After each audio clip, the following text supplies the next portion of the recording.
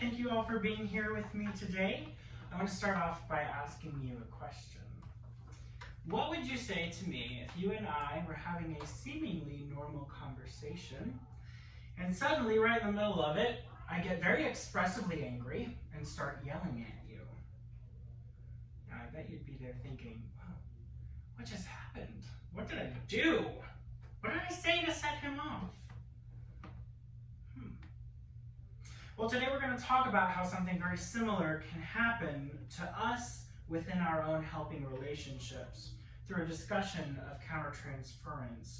We'll talk today about what it is, how it can catch us off guard, and how it can cause us to act inappropriately with our patients. By the end of our time together, you should be able to explain the concept of countertransference, engage in self-evaluation for areas of potential countertransference within yourself, as well as synthesize meaningful ways to overcome countertransference in your professional relationships.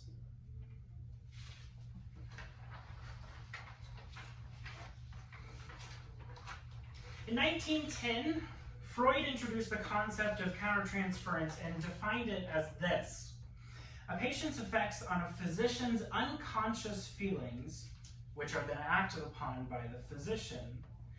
Taking the definition even farther than Freud did, Milan says that therapists may not just have specific reactions to the patient, but that the therapist's attitudes and behaviors can be totally overcome by what they may or may not know that they're experiencing.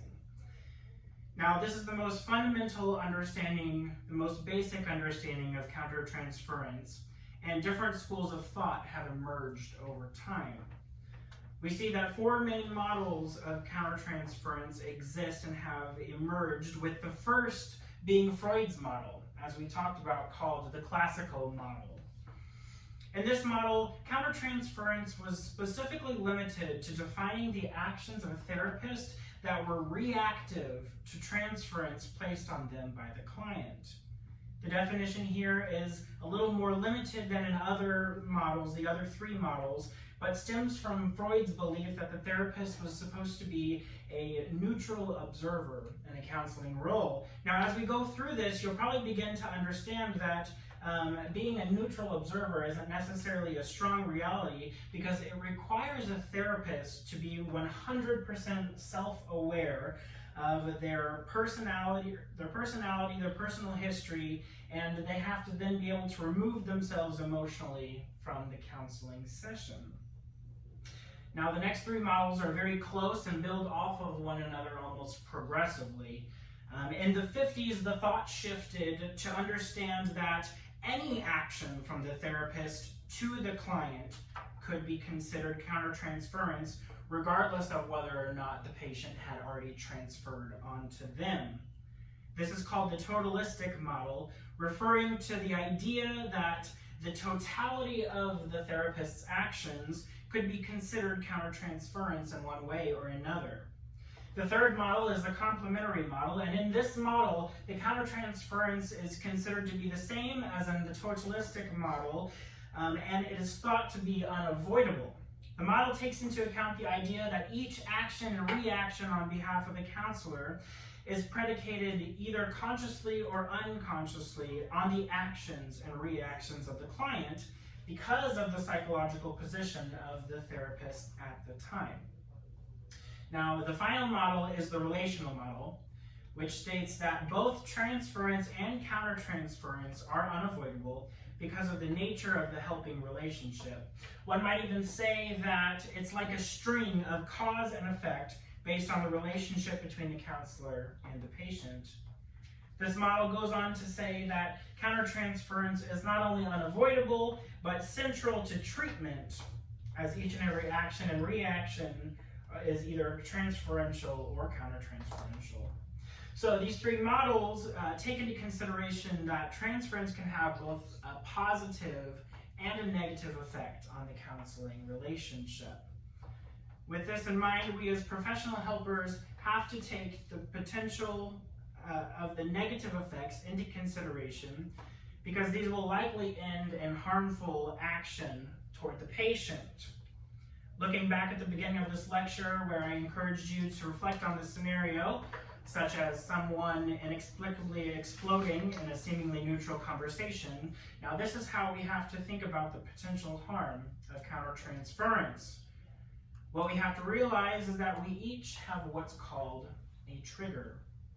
Now, a trigger can be a person, it can be a topic, it can be an event, a phrase, or anything that brings forward internal feelings for the therapist that could be possibly negative, heavy, or very complex. Countertransference happens when there is an external reactions to these internal realities. Being aware of and identifying triggers in our lives will help us to be able to be more in touch with our actions and our reactions in situations where these triggers could come up.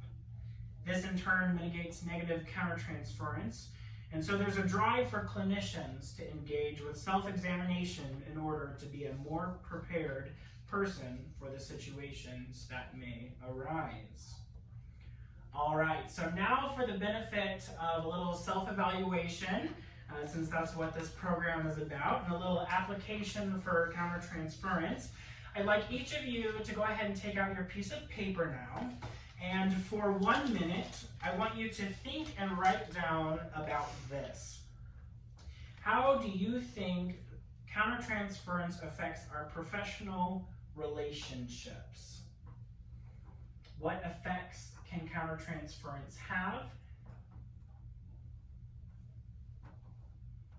And if you can even identify a trigger in your life, you can go ahead and think about any of those things. So you have 1 minute to do that, and then we'll split off into pairs, and then we'll come together as a group.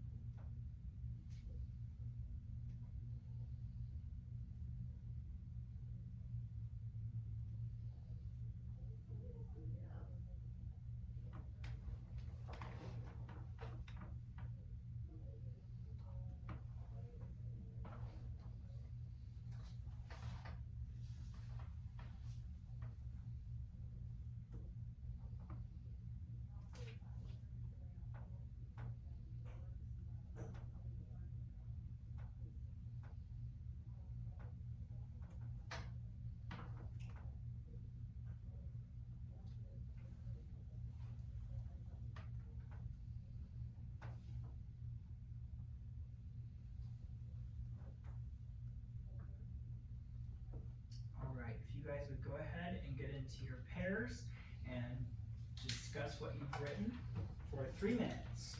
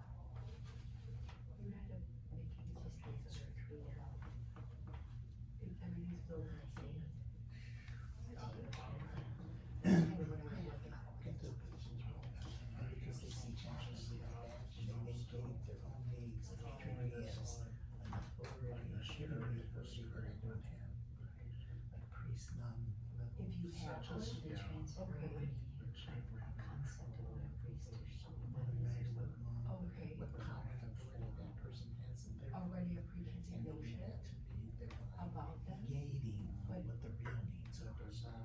But they change how they well, it's like, well, so that's exactly the serious target of this is countertransference. I remember my day by taking the analysis, this is who I am, this is my authority, and then not cross over into their ways. but you, it's a big thing.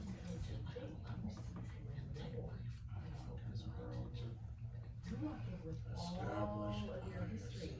Yeah, because but you I don't wrote even down that it know. can sabotage. You might not be aware of it, so if Professional. the Yes, secret, I can be About 1 more minute. to an unconscious element that's not even in the room to the other. That's what I wrote down. I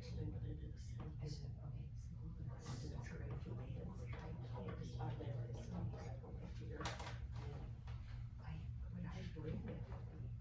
I won't forget if I pray. Take it out. I'm sorry, what issue?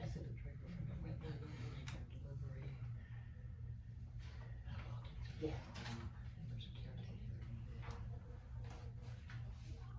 All right. So I hope you had enough time to talk there. I think I heard some good conversations going on. So who wants to share first? We're kind of talking about, remember, how countertransference affects our professional relationships as well as some triggers we might have. We'll go first. Okay. Won't we, Steve?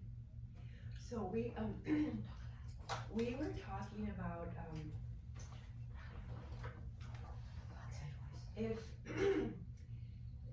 if you already, a countertransference isn't an authentic dialogue.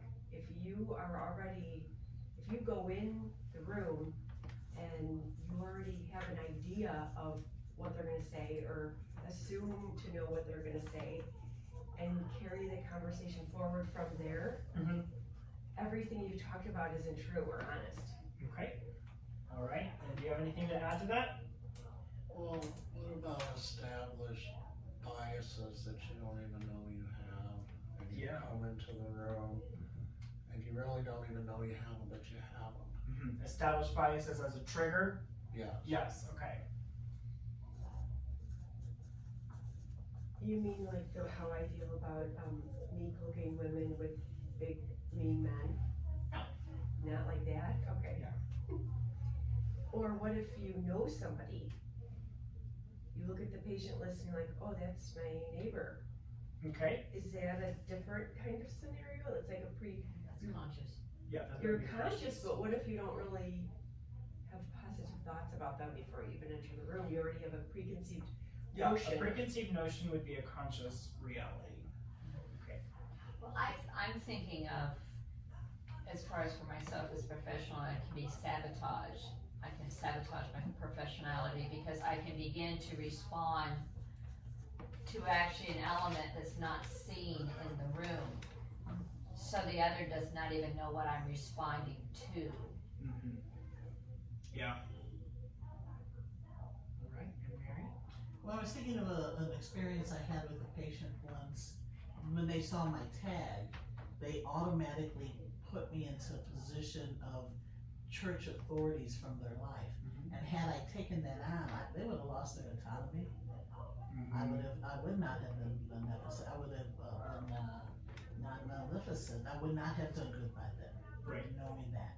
So the patient ends up losing so much if I take on that role from them.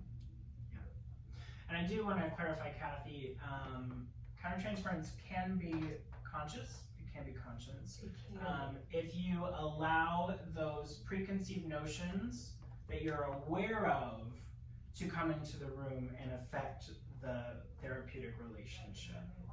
Yeah, I want to just clarify that. Okay. Okay, well, great. Really good thoughts. I really appreciate your involvement there. So, since we've talked about that and kind of established what countertransference is, we need to then kind of identify some pitfalls and talk about methods for overcoming countertransference in our own professional practice.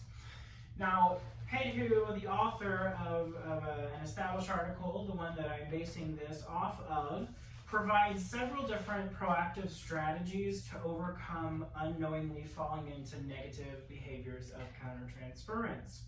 What should be noted, though, is that this is a process of professional development as we come to know ourselves, and eventually doesn't happen, or unfortunately doesn't happen overnight. It would be a lot easier if there was a quick fix, but that really isn't an option because overcoming countertransference requires you to get to know your realities, the realities about ourselves that lay deep under the surface, that are fueled by our histories and relationships, and even our realities that might be very difficult to cope with ourselves. So along these lines, let's go ahead and jump into the suggestions. The first suggestion is self-insight. And this is the process of getting to know as well as learning to manage one's own feelings through self-analysis. This is perhaps one of the most fundamental of these different elements for overcoming falling into unconscious traps of countertransference. The better you know yourself, the more aware you will be as you encounter and interact different scenarios, different situations, especially as you learn to identify your triggers. You'll be able to manage those situations much better. Pettigrew also suggests that a therapist be involved with conceptualization ability. Now, the conceptualization ability is the ability for the therapist or the clinician to integrate both research and theory into their practice. This especially pertains to theories that equip the therapist to understand their internal dynamics as well as the internal dynamics of the patients that they're in a counseling relationship with. With research and theory comes data that can inform more effective interactions in a helping relationship. The next suggestion is that the counselor learn to actively use empathy. Now, empathy is the ability of a practitioner to recognize, identify, as well as appropriately respond to the emotional situation and positioning that the patients they experience might be in. In a helping relationship, the use of empathy provides a refocusing agent that takes the focus off of me as the patient or as the therapist and puts it onto the patient. The next skill has to do with managing one's own anxiety. Anxiety is usually an indicator that something isn't quite right, something might be off a little bit within the self or the situation, and it's always important to listen to that voice of anxiety. However, what we have to be aware of is that we as professionals can't let that anxiety come into the room and control us and take over in our helping relationships. So through realization and analysis of our anxieties, we may be able to appropriately self-disclose to the patient in order to deepen therapeutic action. However, sometimes our anxieties have to be dealt with through supervisory consultation, peer consultation, and or therapeutic action on our own behalf. Next up is self-analysis as well as continual reanalysis.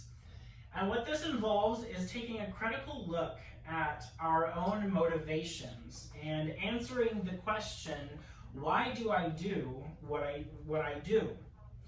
There are some who would enter into the helping profession seeking to have needs filled in one way or another, but this can lead to severely inappropriate reactions with patients as you seek to have needs or roles filled by a patient or seek to fill needs or roles that a patient has.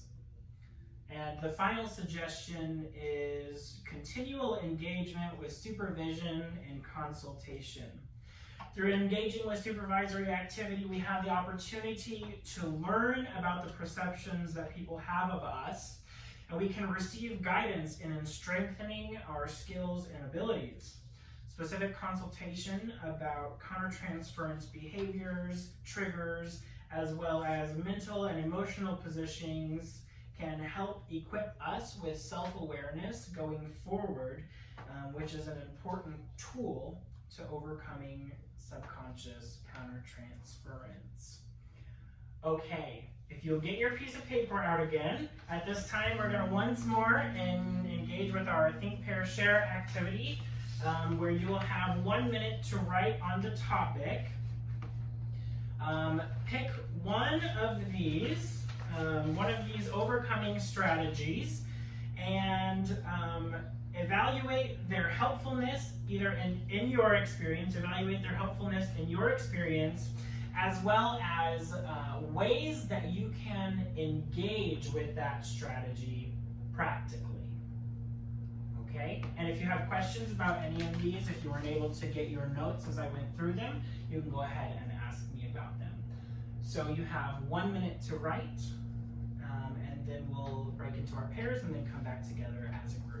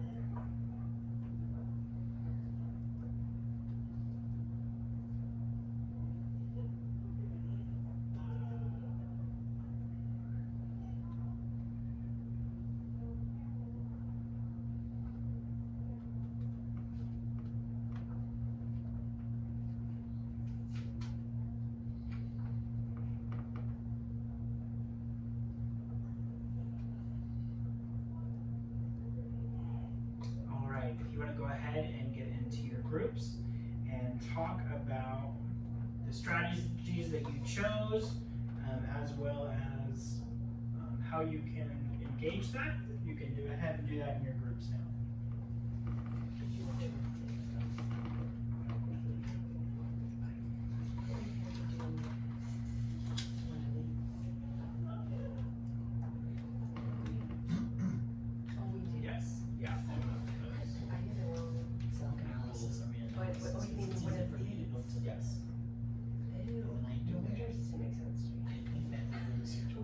Start with first, because I was looking at them from the wrong angle.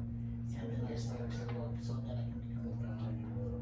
And when I'm seeing it now, and I analyze it, I have analysis right now. So I would first pull up my page, just put the whole second into what my thinking is going into it was, because when you interact, you can mix them in your head. And then it's what other options I can sympathy or list. And then from that point on, within my options, I can make what do I need more of, what do I need less of. As I try to turn I totally agree. that experience. And I think it's really hard though, but the counselor or the chaplain has to be very aware of their role. And I'd seen, that John said something about refocusing agent or something, and I wrote that down for the, to look at the patient only. Like to look at, if I'm the chaplain, I'm gonna try to redirect or refocus if.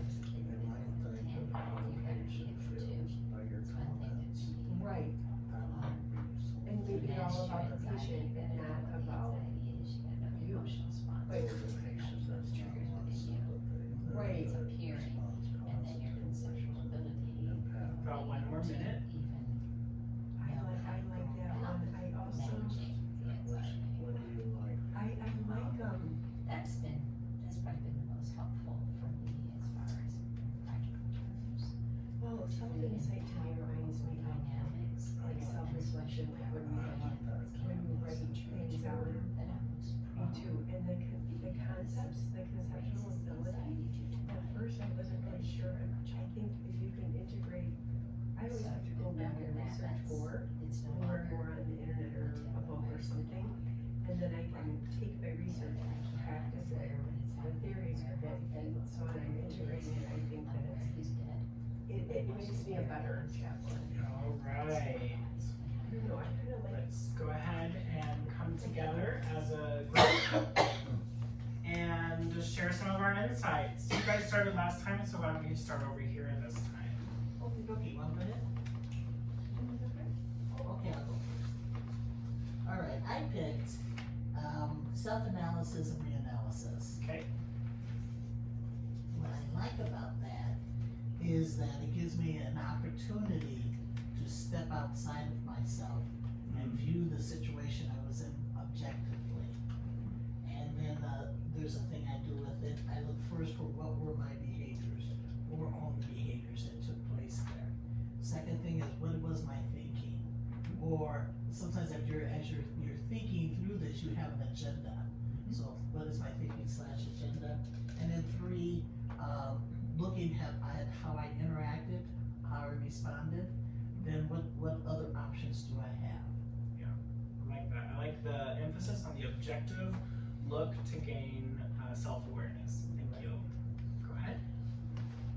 I have found the most practical, helpful for me is the anxiety management Okay. due to my family history.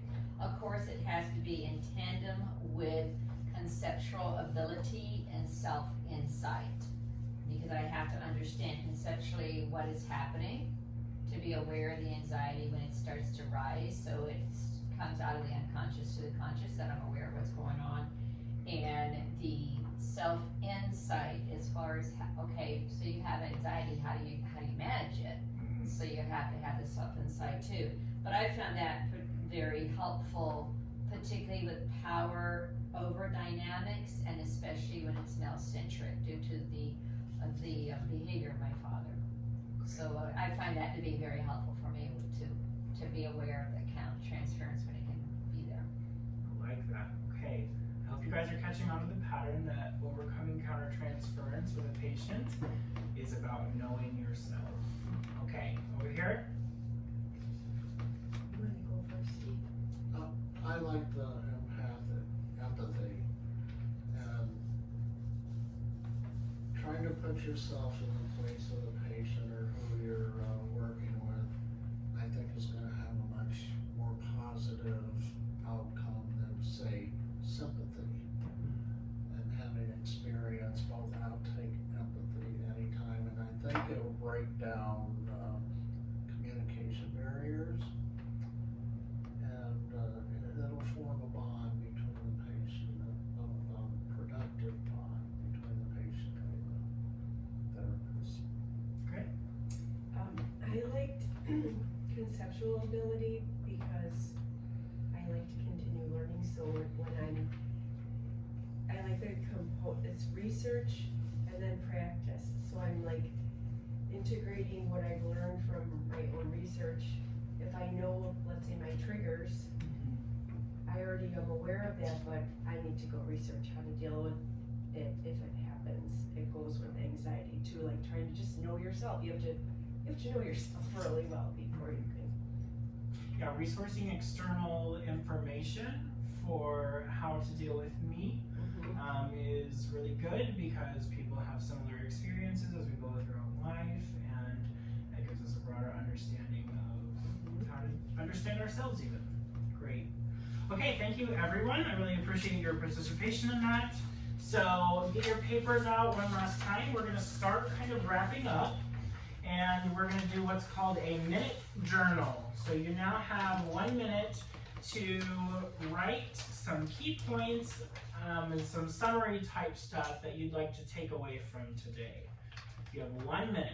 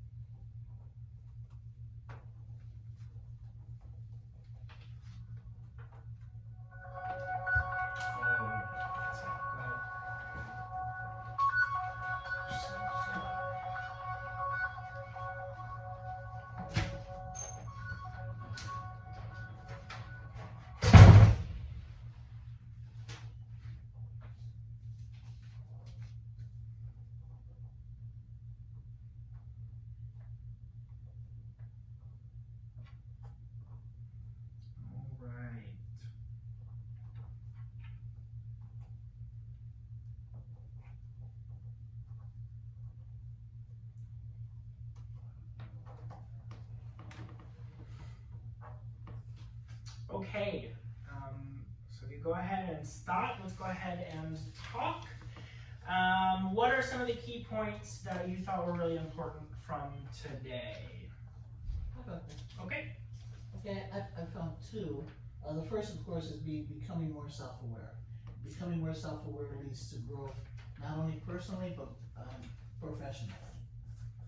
And out of that, becoming self-aware, then the idea of having options, learning different types of options to utilize when I'm trying to step out of a countertransference situation.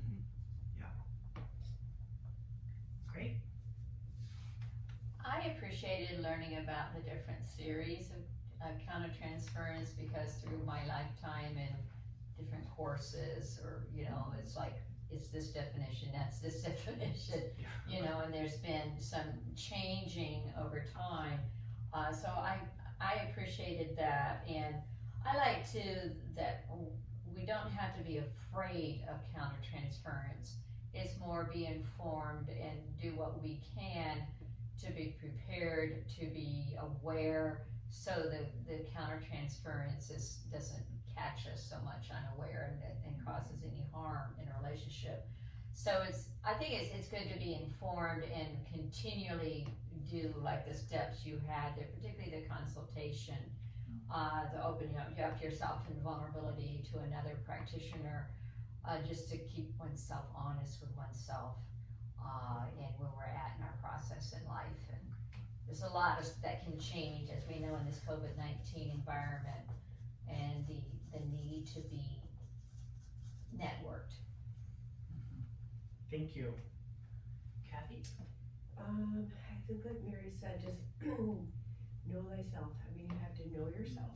Know thyself, and if you know yourself, then you will know your triggers, and if you can remember that you remember your role before you go in. But I like your little section here about overcoming, because all those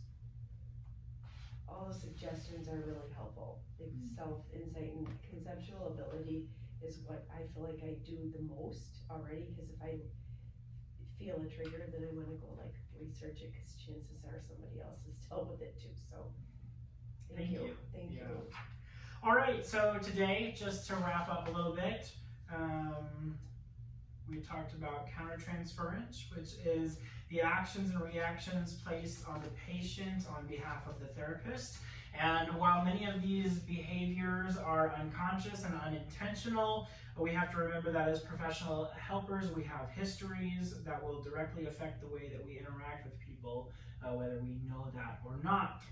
So for that reason, it's important that we engage with both ourselves as well as our colleagues and supervisors to be able to identify our own behaviors and to do the difficult work of overcoming those barriers for the benefit of our patients. Thank you all for your participation today, and I hope that you've taken something that will better equip you for the tasks ahead of you. Have a great day. Thank you. Thank you.